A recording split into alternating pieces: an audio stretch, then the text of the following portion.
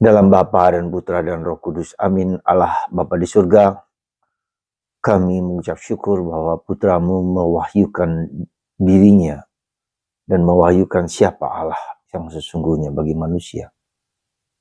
Rahasia misteri ini dibuka oleh Putra, dan nanti kami akan melihat sesungguhnya Allah itu seperti apa. Memandang wajah dengan wajah, memandang dari menatap Allah, karena kami diizinkan, dikuduskan untuk bersatu dalam kerajaan surga. Terpujilah namamu kini dan sepanjang segala masa. Amin. Para saudara, hari ini gereja mengajak kita untuk merenungkan apa arti makna komunikasi. Hari komunikasi dunia dengan perkembangan yang sangat-sangat pesat dan luar biasa, dengan internet, dengan gadget, dengan HP yang sangat-sangat canggih dan merasuk kepada berbagai macam hal, entah itu baik tapi juga entah itu buruk. Tapi disitulah kita bisa melihat rahasia Allah semakin lama semakin terkuatkan. Ada banyak manfaat, ada banyak kegembiraan, ada banyak sukacita. Juga ada banyak ketololan, kebodohan, kejahatan yang dipakai lewat komunikasi itu. Nah, saudaraku terkasih dalam Kristus, hari ini sungguh-sungguh merupakan suatu dijadikan oleh gereja sebagai hari komunikasi. Hari pewahyuan, hari pernyataan ya diri Allah sendiri kepada manusia. Kita bersyukur dan berterima kasih karena Allah mau membuka rahasia dan misteri yang tak pernah bisa dilukiskan oleh manusia. Sekali lagi, karena itu disebut misteri. Ya, kita diberi kemampuan, diberi daya, diberi intelektualitas, diberi kecerdasan yang luar biasa di zaman ini. Ya. Dan itulah rahasia yang pelan-pelan ditunjukkan, tidak bisa sekali jadi. Ya. Dibutuhkan manusia yang siap untuk menerima kenyataan yang sulit sekali. Ya. Kita saja kalau kita bisa melihat siapakah Allah itu. Nggak bisa, nggak perlu Allah siapakah Allah, siapakah manusia itu. Ya. Bukan hanya, jadi rahasia kita sendiri, rahasia alam semesta, real rahasia misteri kehidupan yang nggak bisa pernah terungkap secara tuntas. Ya. Dan itulah Allah mewahyukan. Dalam proses pewahyuan itulah maka kita bisa mengenal maksud intensi Sang Pencipta, Sang Penebus, Sang Penyelamat untuk kita manusia. Allah tidak hanya mengungkapkan siapa dirinya, Allah tidak hanya mengungkapkan realitas yang tak bisa diselami oleh manusia, tapi Allah menunjukkan kepada kita apa rencananya, apa maunya dia, apa kehendaknya dia. Saya kira ini yang perlu kita sadari sebagai seorang penganut Kristus, ya, pengikut Kristus. Siapakah Allah itu?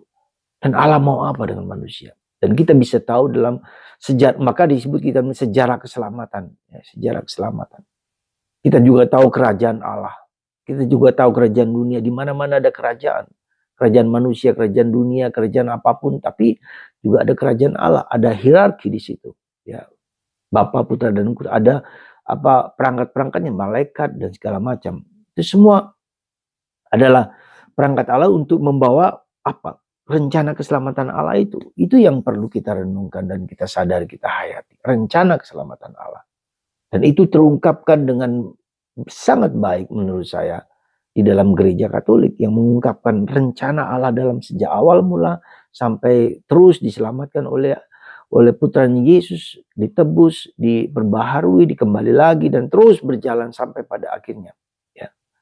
Jadi misteri Allah itu diungkapkan dan ditangkap, dimengerti, difahami, diterima dan dihayati untuk sampai kepada apa yang sebetulnya Allah inginkan, dan itulah sejarah keselamatan. Ya, ada yang tertulis, ada yang tidak tertulis, ada yang disebut tradisi besar urut T. Dan itu semua adalah suatu perjalanan hidup manusia yang bisa menangkap, tidak bisa menangkap 100%, tapi mendekati kebenaran itu. Maka gereja menganggap diri sebagai fullness of the truth. Ya, kepenuhan dari kebenaran itu ada di situ. Ya, kepenuhan dari kebenaran itu ada di situ. Tapi yang lain-lain sebagian menangkap kebenaran. Ada yang setengah, ada yang sepertiga, ada yang seperempat, ada yang seberapa. Tapi tetap ada kebenaran ketika orang menghayati kebenaran yang mereka terima itu sebagai kebenaran yang dihayati. Dan itulah keselamatan juga untuk dia.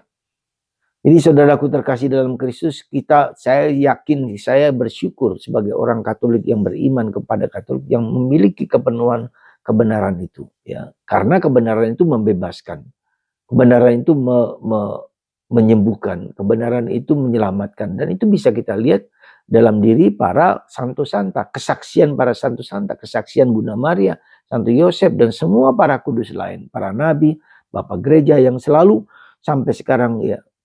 Dan itulah sebetulnya yang menjadi tujuan dari manusia, kekudusan manusia, kebersatuan dengan Allah. Allah tidak hanya minta kita menghayatinya. Allah tidak hanya minta kita menjalankannya, tapi Allah mau menyatu dalam diri kita. Ya, itu poin penting yang saya duga sebagai orang Katolik itu yang paling nilai masterpiece Allah menjadi manusia, menyatu dalam diri.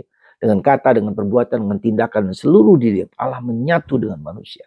Saya kira ini yang harus kita pegang sebagai orang Katolik, yang tak ada dimanapun juga. Dan bukti itu adalah Ekaristi, kemudian Ekaristi yang paling penting dan paling besar, sabda Allah, kitab suci, ya, pergaulan dengan kita, meditasi, doa, itu adalah proses pengilahian, proses menyatu dengan Allah.